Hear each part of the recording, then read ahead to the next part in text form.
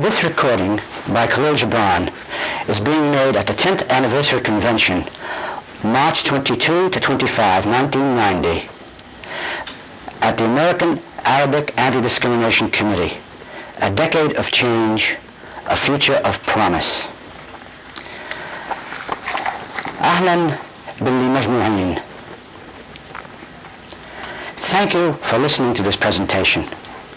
I'm very pleased to be here today.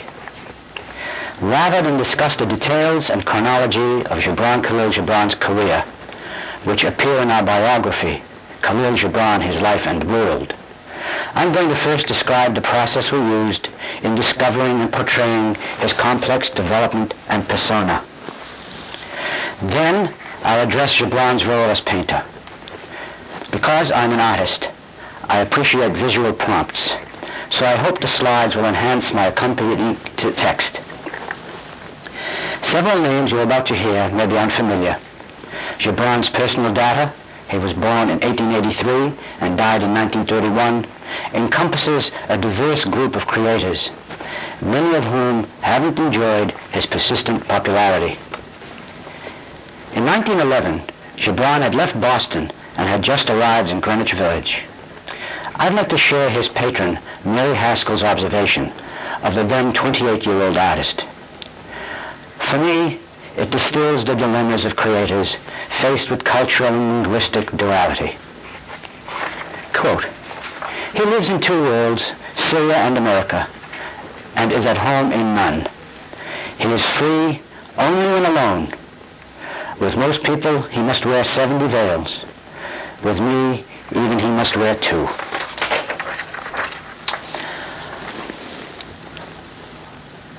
Hopefully, our fusion of Gibran's two worlds will involve you, since like him, many of us are assimilating in a new land, and we are compelled to discover how our Arabic-speaking predecessors came to America and succeeded. One question about our biography frequently recurs. How long did it take? Did our process begin in 1972 upon signing a contract with the publisher New York Graphic Society? Or did it unfold half a century earlier when I was part of the Arabic-speaking enclave in Boston's South Cove? To believers in oral history, the answer is obvious. Throughout my childhood, I witnessed Gibran's impact on my family, and though I was only 9 when Gibran died, I clearly remember the godfather who had named me, the man who drew his relatives, including his cousin, my father Nicholas, and the painter who gave me my first piece of charcoal, my first box of watercolors. My own career superficially paralleled Gibran's. I attended the local public school, the Josiah Quincy, and my teachers remembered the older Gibran, who by then was becoming a legend. Upon Mariana's return from her brother's funeral in Bashari, Lebanon, she depended on our clan. Pictured in this photo of the Boston funeral cortege, left to right, the poet's sister Mariana Gibran, my mother's sister Zakiya Gibran Diab, our cousin Maroon George, my mother Rose Gibran, and another cousin Amelia Parent. In the second row is Barbara Young, Gibran's first English biographer, Asaf George, Mike Eblan, my father Nicholas, and Stephen L. Dewaihi, the pastor of the Cedars of Lebanon Church. Because she could neither read nor write, Mariana needed us, her English-speaking relatives, to help settle the complicated literary estate and to correspond with the poet's colleagues. These responsibilities were painful, even traumatic. I recall sitting beside Aunt Mary, which we called her, as a boy of 12, reading aloud accumulated letters from all over the world, while awaiting the decision whether to save or destroy these fascinating documents. I still cringe when I think of those wonderful envelopes and letters that I helped throw into the fire. Young, Haskell, Day, Naini, Rahani, Hawayik were household names, figures to be revered or contended with, depending on how the family perceived their relationship to their famous kinsman. During the 40s and 50s, I was a maturing painter-sculptor and confronted the double challenge of forging my own identity while defining and explaining my namesake's career. This cultural heritage became a physical trust upon my receipt of Aunt Mary's gift of Gibran papers, documents, manuscripts, surviving correspondence, and copyrights. To deny caring for and developing this material in a scholarly method would have been a denial of birthright. In the early 60s, my wife joined me in my personal quest to understand my relative. We began to seriously review both the English and Arabic literature, which revealed that the biographical and anecdotal references were parasitic. They perpetuated faulty data by feeding on each other. They inevitably depended on two sources. First was This Man from Lebanon, Barbara Young's panegyric, published as a pamphlet by the Syrian American Press in 1931, later expanded and released by Knopf in 1945. Misleading, idolatrous, the Young version was contradicted by Mikhail Naimi's Kahlil Gibran, a biography. His 1934 edition differed considerably from the revised and expurgated 1950 English edition.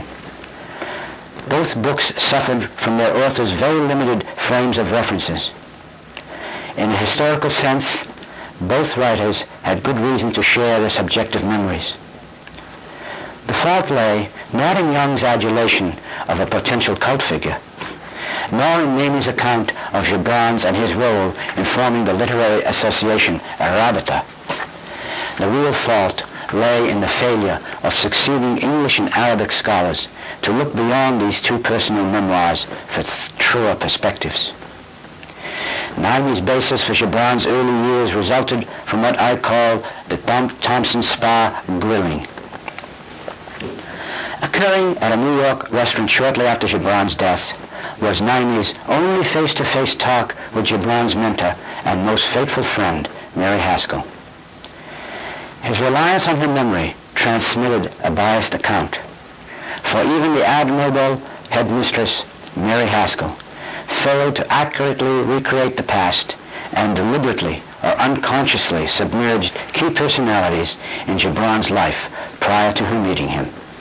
Huge chunks of his precocious Boston years were overlooked.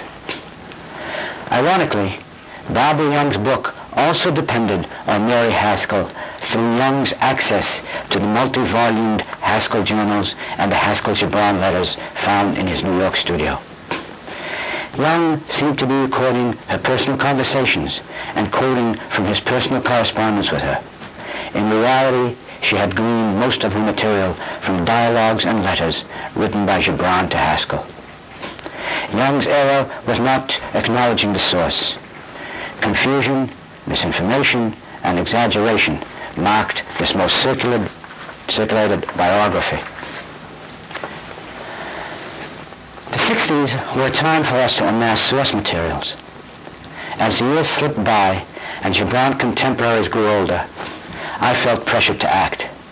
I interviewed and recorded his Arabic and English-speaking peers. I located and cataloged Gibran drawings at Savannah's Telfair Academy. I obtained photographs which Mary Haskell had commissioned Peter Julie to take before she sent to Bashari, Lebanon, the contents of his New York studio. About this time, I admitted that Gibran's own personality had caused biographical inconsistencies and much confusion. An honest appraisal must address his almost paranoid secrecy, his grandiose allusions to noble birth and powerful connections, his tendency to embroider personal experiences. I reached the inevitable paradox. The man known on Tyler Street as Uncle Gibran was far more complex than I or my relatives had suspected. We couldn't depend on one person or source to flesh out our subject. Mary Haskell's journals, papers, and the Gibran Haskell letters had been presented to the University of North Carolina in 1950. Reading these several decades of notes and observations took many months. Although they mainly concerned Gibran, scores of writers and scholars paraded through these chronicles, which recorded the world of an early activist whose progressive attitudes easily could coincide with today's feminists. Beloved Prophet, published in 1972, was a touching dialogue between Haskell and Gibran, but poor research, misidentity, and misdating again disappointed us. At this point, I decided to go public and write a life which would neither exalt nor malign, which would establish Gibran's literary and artistic roots, and would portray the social and cultural milieus in which he lived. The decision to sign with New York Graphic Society was based on their sincerity to publish a book with comprehensive Arabic and English bibliographies, complete documentation, recourse to an Arabic scholar translator, and fine paper and artwork. Throughout our collaboration, this publisher lived up to its promises. Our goal was to amalgamate Gibran so that he would be inscribed against his complex backgrounds of Arabic and English, of literature and art. Earlier analysis, especially Khalil Harari's brilliant study, Kahlil Gibran, his background, character, and works, depended on deductive theory. Because of incomplete data, his attribution of Gibran's exact influences, like those of the poet Maurice Maeterlinck or the painter Eugene Carrière, was never achieved. We did not want to produce a critical analysis, but to introduce a factual account, which, like an onion, future scholars could begin to peel back and examine the poet's many layers. Without this initial multi-layered effort, meaningful criticism of his work would forever be flawed. Our discovery of primary source material, which had lain untapped in local libraries for years, evolved from my thesis about artists and their careers. 30 years as an artist had taught me that proper linkage, or being at the right place at the right time, often is the secret of a creator's early recognition. I wanted to trace exactly how the poet was able to bridge the squalid confines of Oliver Place, where Gibran's family had lived and where I was born, with the Back Bay art scene. Gibran's biographers had exclaimed over his being there, but because I knew firsthand how deep the chasm was between ethnic South End and Brahmin Back Bay, I wanted to investigate his getting there. We had some clues. Hanging in Aunt Mary's living room had been a large photo of her brother swathed in Bedouin robes. This portrait, along with a packet of early letters written by Gibran to F.H. Day and returned to Mariana shortly after Gibran's death, led us to investigate this photographer. Always mentioned by the family as Mr. Day, he was a blurred figure in the Gibran pantheon. We drove to the Norwood Historical Society, 25 miles south of Boston, and learned that this Tudoresque mansion had belonged to the entrepreneurial publisher-photographer Fred Holland Day, who had bequeathed it to the town upon his death. Like many local museums, this society had no curators. Gibran they had never heard of, and to their ears, Lebanon was a small New Hampshire town. We convinced them that somewhere in this great house was a link between their character and our character. The following weekend, chaperoned by a Norwood lady, we were ushered into the second-floor red room, cramped with overflowing files of magazines, clippings, negatives, and uncatalogued letters.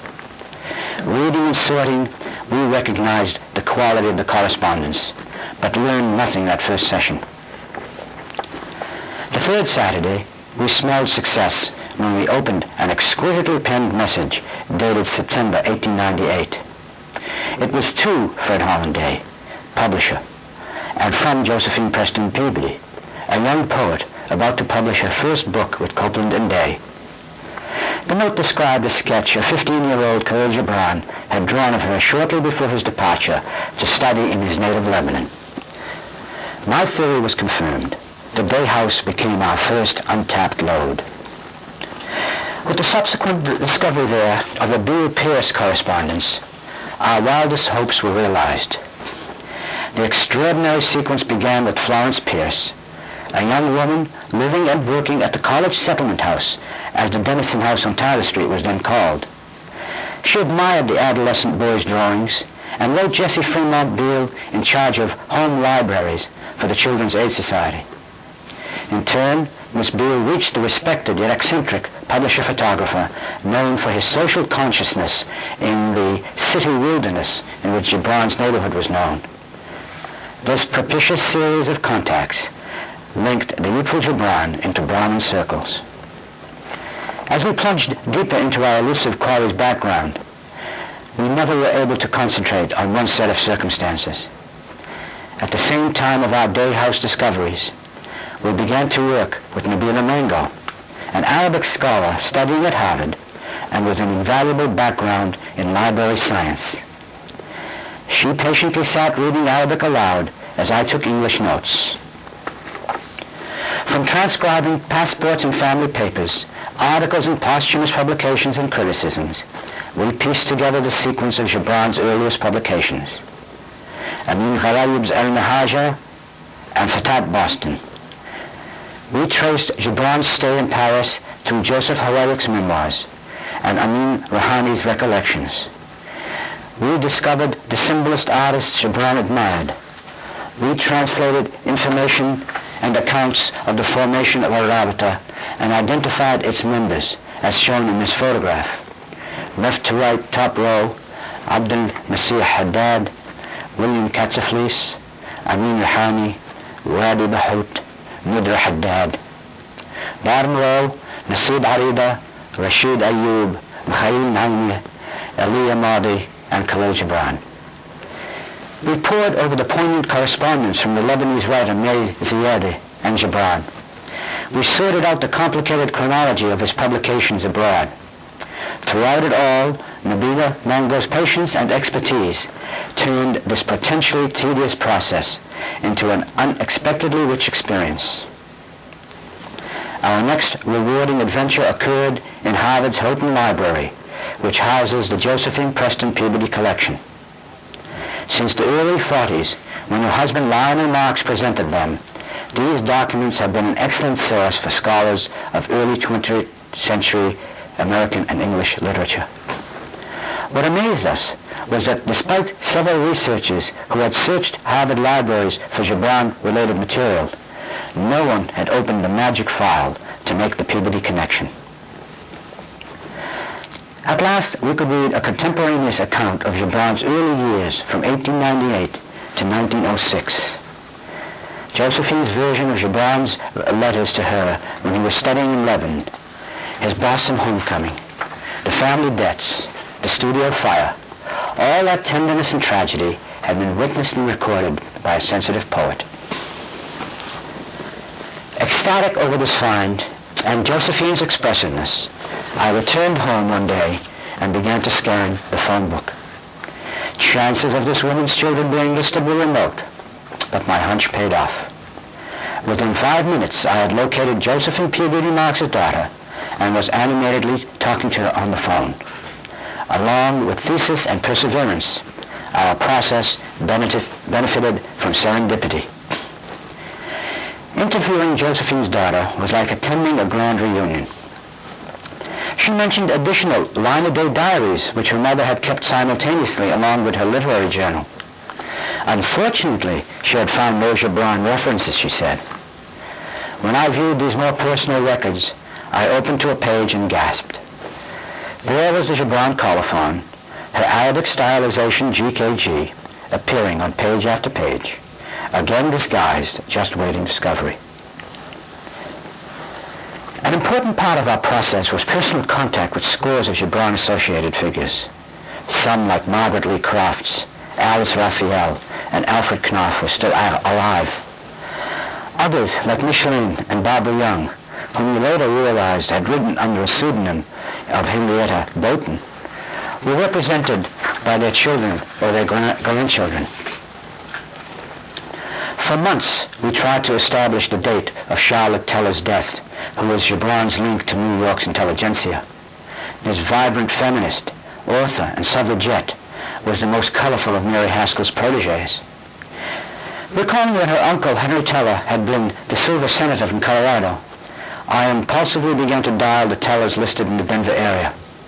On the third or fourth try, I made contact with her cousin and learned that the peripatetic Charlotte had remained in Paris long after World War I and until her death in 1945, she had continued to write under a series of pseudonyms.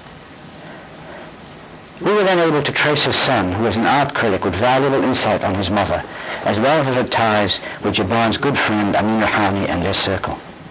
We began to question everyone, every piece of evidence. Playing devil's advocate, my wife challenged me to confirm that the Bedouin-draped figure in Aunt Mary's room was the young Gibran. After all, that attribution was family hearsay. For the next week, I spent every waking hour in the stacks of the Boston Public Library. Page by page, I scanned the several turn-of-the-century photojournals. My effort was rewarded. Not only did I come across a titled page of our famous Bedouin, but buried in those old magazines were portraits of the entire family. Peter, his older half-brother, Camila, his mother, his two sisters, Sultana and Mariana, with Camila, Sultana and Mariana. Finally, this splendid Gibran portrait, which we selected as the illustration for our biography's dust cover. We felt blessed and terrified. What else had been hiding all those years? Somewhere between the Boston Public Library and the Library of Congress, with all its F.H. Day photos, the poet, our subject, was becoming multi-layered. The connective tissue on how others viewed the Boston Arabic-speaking community was fleshed out through Denison House records at Harvard's Schlesinger Library and in volumes on the Children's Aid Society. From these annual descriptions of each city's district's ethnic groups, we could imagine what being an Arab in Boston was like in 1895, when the Depression was subduing the city, when the South End was enduring a severe coal shortage, and tuberculosis was striking nearly every family in the crowded urban site in 1904. Of course we grew attached to our characters. It was discouraging to read Josephine's announcement that she had torn up Kahlil's letters. I applauded Charlotte Teller's admission that the situation between herself and Amin Rouhani was too big to handle. Rouhani's The Book of Khalid, which illustrations by Gibran, had just been published. Why this romance between these two had never surfaced astonished us. Perhaps Gibran was not unique in his secrecy. Perhaps in those quiet decades, alliances were treated more circumspectly than in our confessional era. Even if Charlotte and Rouhani's dalliance lasted less than a year, she was the nexus of Gibran's early New York period. Through her, he made many long-lasting friendships, including one with Dr. Beatrice Hinkle, pioneer psychiatrist and Carl Jung's first American translator. Doors to publishing in English were first opened with Gibran's meeting of James Oppenheim in 1916, editor of the magazine The Seven Arts, where selections from The Madman first appeared. Again, we dealt with the irony which Gibran's life represents when we dealt with Oppenheim's and several of Gibran's American poet friends' pacifist stance as opposed to Gibran's passionate nationalism during World War I. After the tumultuous Teller-Rouhani episode, the frequency with which Gibran brought together his American and Arabic-speaking friends diminished. Our New York research showed a growing dichotomy between friendship and career. The New York Public Library was important to us when we were dealing with Gibran's Greenwich Village years. Their early 20th century periodicals, both in English and Arabic, were essential in tracing Gibran's publishing chronology. The most discouraging part of the process was trying to retrieve the several newspapers, journals, broadsides, and pamphlets to which Gibran had contributed simultaneously in English and Arabic. Often, we depended upon a worn clipping of Mariana's, a page saved by Mary Haskell. We were helped by Gibran contemporaries like Boston's Mary Ahwaji, who shared their scrapbooks and added to our rare copies of the Arabic language publications of As-Sayh and Al-Fanoon. Knowing when to stop was hard. Often we were forced to sacrifice leads. Although we were certain of their location, we were unable to see Madame Mary Al-Khoury's Gibran letters. The exact origin of the Rodin attribution, appearing on millions of prophet copies, was never located. we forced ourselves to postpone these mysteries and wait. Things continued to surface after our publication. 2 months after our biography appeared, we received a call from a Boston University professor who eventually turned over to us over 50 Gibran letters. And yet another Gibran relationship that had never been unearthed came to light. Further post-publication finds included a collection of Gibran letters belonging to Metropolitan Anthony Bashir, the first Arabic translator of the Prophet. And in Boston, Monsignor Joseph Lahoud of the Ladies of the Cedars of Lebanon Church contributed an invaluable piece to our puzzle when he found the 13-year-old Gibran's much-admired sketchbook. Those illustrations we had never hoped to view were as brilliant as Jessie Beale described. Seeing them was like remembering a long-forgotten dream, as this one illustration of the Cedars shows. Despite all of Gibran's literary and artistic influences, the paramount motivating source of his expression remained the mountains, which he recalled so eloquently. Our continued retrieval of Gibran material has reconfirmed our faith in the power of coincidence mixed with solid background knowledge. I know you all join me in hoping that the complete editions of Marat, El Gharb, and Fatat Boston are in some Brazilian attic or Australian cellar, just waiting discovery by an Arabic scholar. In the years since our publication, we've learned much about cross-fertilization from our continued study of Kahlil Gibran. Once I wanted to write the definitive biography of my relative. In retracing our process, I know that no life story is truly definitive. All an historian of any life can do is open doors, so that future scholars may add to the multi-layered amalgam of personality and culture. This we have tried to do and will continue, for the process never ends. I'd like to clarify the reference I made earlier to an apocryphal quotation about Gibran as an artist. If one message determines how historians view his art, it is in the sentence reproduced on the back cover of countless prophet copies sold throughout the world. Most of them depend heavily on the following blurb, quote, "His drawings and paintings have been exhibited in the great capitals of the world and compared by Auguste Rodin to the work of William Blake." That uncredited remark had intrigued me for the last 25 years, and when I was finding documentation for our biography, I spent long hours researching the exact source. It was attributed to a New York reporter, Henry de Beaufort, who wrote about Gibran between December 1912 and January 1913.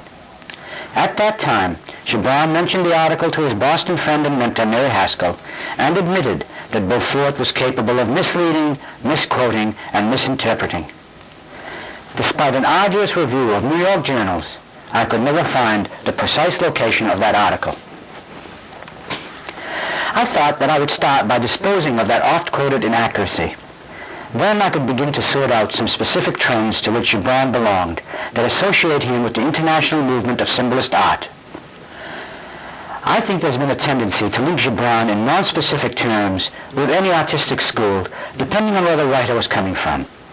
For instance, with Alice Raphael, who first wrote about him in the magazine Seven Arts, and then again in her introduction to his 20 drawings, vaguely alluded to his combining the best tradition of two cultures. She wrote, "It is at the dividing line of East and West, of symbolism and representation, that the work of Kahlil Gibran presents itself." Again, other contemporary appraisers used meaningless geographic generalizations which compared, for example, his work to the automatic Saracen art, or Persian miniatures, or assigned his drawings to the poetical and imaginative temperament of his race. Interestingly enough, some of his most serious Arabic critics dwell on his 2 years spent in Paris and consider this period the most influential in his artistic development. When Jean and I began to look for his concrete aesthetic roots, despite hundreds of Arabic and English essays and books, we found that his earliest and most specific origins had been ignored. I think this was attributable in part to the temporary eclipse of the femme de siècle personalities, artists, and writers to whom Gibran had been exposed. Many among them were Maeterlinck, Huysmans, Baudelaire, Mallarmé, Puvis de Chavannes, Moreau, and Redon. With our discovery at the Norwood Historical Society of the Jessie Beale letters to the photographer-publisher Fred Holland Day, Gibran's precocious and abrupt entrance to the center of Boston's literary and artistic society was documented at last. The F.H. Day papers led our journey one step closer to another significant influence when we followed their lead to the Josephine Preston Peabody documents now at Harvard Houghton's library. The first letter, which linked the 13-year-old Gibran to Fred Holland Day, mentioned the main branch of the Boston Public Library and the sculptor McMoney's Bacchante.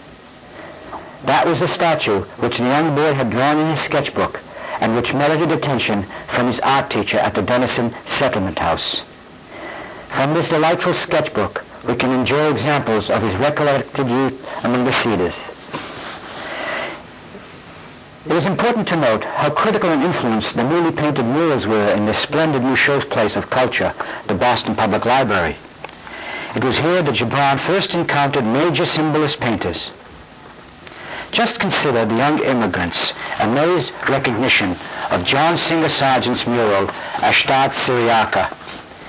This painting was seen by him in 1896, soon after Sargent installed the allegorical panel depicting that Middle Eastern goddess, a new conception of woman and a favorite theme of symbolist painters. The young Gibran would choose the first of two kinds of women often depicted in symbolist art.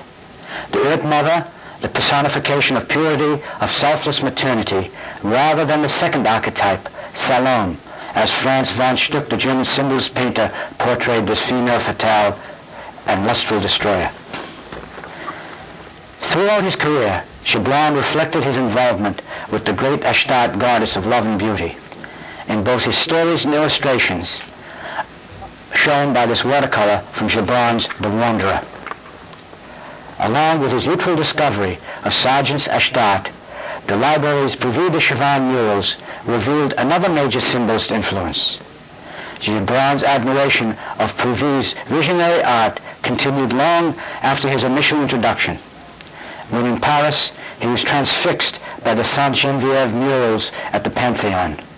Gibran chose to study at the Julian Academy, founded by Puvis de Chavannes. But Gibran's baptism in symbolist art and literature was deeper than mere spectator admiration. His participation and first-hand experience during his apprenticeship at Fred Holland Day's publishing house made him part of the femme de siècle scene in Boston. If any turn-of-the-century figure epitomized the revolt against the material and held the tenets of spiritual unorthodoxy in a quest for visionary refreshment, it was Fred Holland Day. His adventures as a bibliophile and ardent collector of Keats had been brilliantly described in Stephen Parrish's Keats and the Bostonians, and later in Parrish's thesis, Currents of the 90s in Boston and London. Day's fine contribution to American bookmaking was carefully outlined in Joe Walker Krause's bibliographic checklist of Copeland and Day. But nowhere was there a synthesis of Day's triple role as publisher, photographer, and philanthropist. When we began our search, it was gratifying to redefine and insert a more dimensional character into Gibran's career. Gibran's coming of age coincided with the height of Day's Boston activity. All the contributing factors of the symbolist movement, their fascination with exotic ages and cultures, the medieval devotion of the architect Ralph Adams Cran, the Catholic predilection of Louise Guiney, the obsession with the Neoplatonic Maurice Maeterlinck, reflected these latter-day transcendentalists' avid acceptance and nurturing of the young immigrant. And so Gibran, along with the exposure to the excellent literature published by Copeland and Day, witnessed the events adjunct to Bohemian Boston, the Mass commemorating the recently converted Aubrey Beardsley's death, Day's notorious staging of his major photographic series, The Last Words of Christ, the exhibit of Day's Kelmscott Press collection at the same library were all part of Gibran's early repertoire between 1895 and 1898. At the zenith of his creative powers in 1896, Day was not only instrumental in influencing Gibran's literary and artistic taste, but he also nurtured his Arabic language and culture. The 15-year-old revealed his remarkable talent in this cover, illustrating Omar Khayyam, the tent maker. That this respected author-critic Nathan Haskell Dole and publisher Elsie Page selected the young immigrant's drawing for this book cover testified to Gibran's precociousness. Exotic? Yes, but the practical experience of working in a publishing house, illustrating poems and creating cover designs, initiated him into the art world. Symbolists were idealists. They nurtured the found and the primitive. Certainly, the poet Josephine Preston Peabody was the radiant embodiment of poet as muse.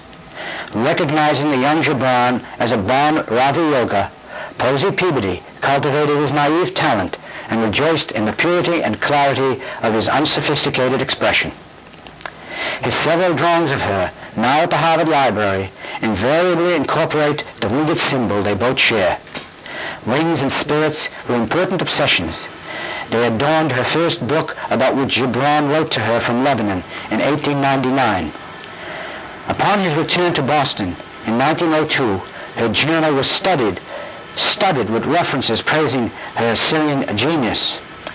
Ironically, because of Josephine's secret symbols, her special sign for Gibran, a stylized decoration of Arabic script standing for the initials GKG, remain unidentified in both her formal journals and her day-to-day diary. Josephine's popular following diminished after her death in 1922 and was overshadowed by the noisier naturalists and realists. Her influence on the young Gibran and the link between them was overlooked. Her magical commitment to the winged figure as illustrated in her play Wings, and later reflected in his Arabic narrative Broken Wings, was almost forgotten. The 1904 fire at the Harcourt Studio on Boston's Irvington Street was the greatest obfuscator of Gibran's early period. Along with Boston's leading artists, William Paxton, Edmund Tarbell, and Joseph DeCamp, Gibran lost all of his portfolio, which had been exhibited at Day's studio. It was difficult for any prodigy to mature. Gibran's predicament was doubly hard. He became all the more pained because of the deaths 2 years before of his sister, brother, and mother. If we analyze the symbolist doctrine, its preoccupation with death and resurrection, with dreams and visionary escape, we can clarify Gibran's obsession with these themes. Indeed, their tenets became a natural extension of his own experience.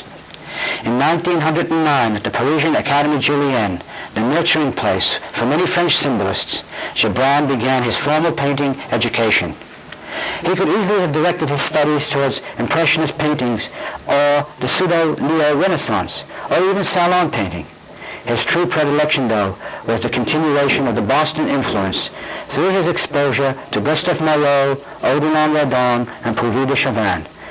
Especially influential were the Nubbies, which meant prophets in Arabic, and which included the painters Maurice Denis, Pierre Bernard, and Jean Vuillard. These artists, disillusioned with the prevailing vividness of experiments in science and social reform, took refuge in the mystery of dreams and legends. They clothed themselves with the poetic and vaporous shades of an art born of awe and wonder. For Gibran, the symbolists' disenchantment with the materialistic age and their interest in Eastern thought must have been irresistibly magnetic. He wrote to Mary Haskell, discussing his own concept of art. He explained he was trying to find himself through nature, and then characterized his pursuit of the ideal as to give a good expression to a beautiful idea or a high thought. Gibran's two major inspirations in Paris were Pierre Marcel Berineau, an artist known for his dreamlike paintings of Salome, and second, Eugene Carrier, whose figures wrapped in a sort of yellow fog inhabited the visual atmosphere. That all-enveloping mist became characteristic of Gibran's paintings. The Arabic critic Kahlil speaks of the crystal or mist in Gibran's poems. They represent two states of one and the same thing, definite particular existence and its dissolution into universal life. One of my favorite Gibran lines from the Garden of the Prophet described that ephemeral reality. O mist, my sister, white breath, not yet held in a mold, I return to you, a breath, white and voiceless, a word not uttered. Gibran's use of parallel symbols in illustrations and poetry continued to develop. He used them carefully. They became his second language. Large existences holding small figures translated into the greater self. Pools and seas were the absolute. The roots of trees represented man, their blossoms God. His art strove to give visual expression to spiritual concerns, to create poetic impressions through suggestion rather than factual statement. In New York, from 1910 to 1931, Gibran matured both as a visual artist and as an Arabic and English poet. His preoccupations and associations again were predictable. His friendship with Claude Bragdon and Arthur B. Davies support his previous symbolist predilection. Certainly his recognition by Albert Pinkham Ryder deserves special mention. During Gibran's 1914 exhibit at the Montrose Gallery, the critic Henry McBride asked Ryder, who was standing before one of Gibran's paintings from his Centaur series, how Ryder liked the exhibit. Ryder responded positively. He seems to mean it. That's the important thing. Probably the most representative American symbolist painting is Ryder's Temple of the Mind.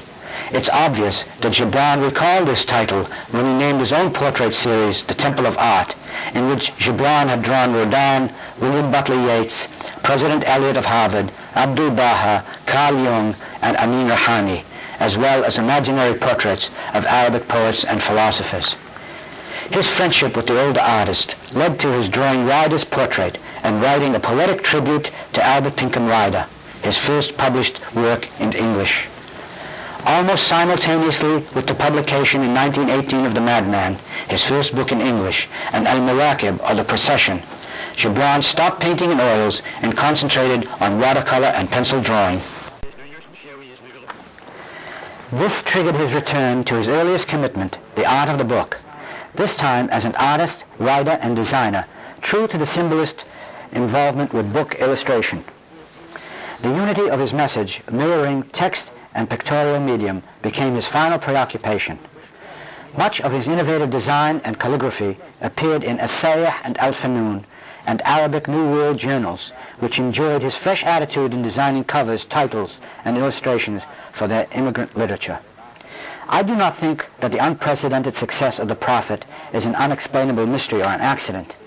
Gibran's long association with early 20th century idealists, his exposure to one of America's great bookmakers, his association with many prominent figures in symbolist art, and his duality of cultural and linguistic background combined to fill a real need for millions of readers. Gibran's attraction for today's generation endures. These youths, whose rejection of this materialistic era, whose concern with those same mysteries, those exotic fantasies, these visionaries who wear beads and dally in Eastern religions reenact conditions concurrent with the inception of symbolism. This rebirth gives rise to a permanent symbolist recurrence, thus perpetuating Gibran's appeal. Contemporary symbolism can be seen in the form of surrealism, pop art, and the new realism. In the fast track of the contemporary art world, where we are all famous for 5 minutes, it is difficult to absorb the inferences and lyric allusions of symbolism without exposure to the poetry on which they are based. Although Gibran's writing was widely accepted, his art was overlooked by an indiscriminate official public which tended to lump him with the salon or an all-too simplistic relationship with Blake. In combining pictorial and poetic symbolism, Gibran did succeed in what he once summarized as the major theme of his work. The whole prophet is saying just one thing: you are far greater than you know, and all is well.